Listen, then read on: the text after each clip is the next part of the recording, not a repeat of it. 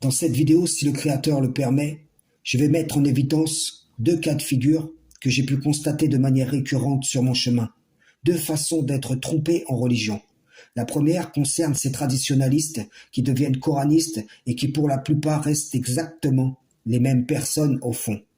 Je m'explique. À part le passage d'un dogme associateur à l'autre, il n'y a pas d'entrée dans la vraie vie.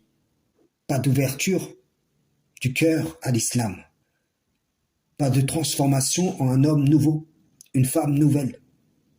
Ce qu'il ou elle était à partir des positions sunnites, il ou elle l'est toujours à partir des positions coranistes.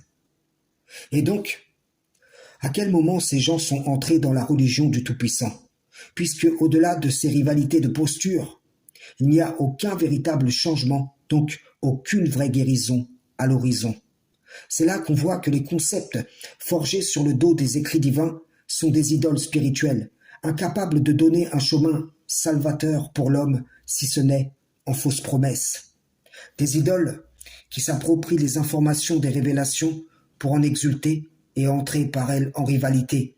À quoi leur profite au fond la vérité, puisque l'usage sain de celle-ci ne peut être dans ces contextes où sa raison d'être est dévoyée. Je veux dire, la vérité. Allah ne l'a pas fait descendre pour servir une autre cause que la sienne, et sa cause ne saurait être une de celles qui ne sont que des altérations de sa voix. Dans le second cas de figure, sont concernés ceux qui, dans une conception erronée du Coran, se tournent vers l'Évangile, vers la douceur et la mansuétude qui le caractérisent, qui émanent des enseignements y étant contenus. Cette fois-ci, il y a changement de l'être, fruit de la pratique des principes de l'Évangile.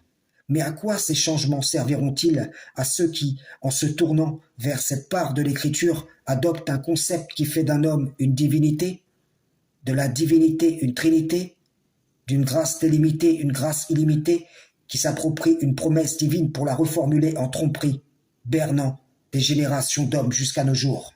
Voici donc deux ruses. La première est un simple changement de conception de l'écriture sans changement de l'être, donc une réforme de forme. Et la seconde, un changement de l'être, rendu vain par une adhérence à des principes formant un concept trompeur. Frères et sœurs en islam, salam, shalom.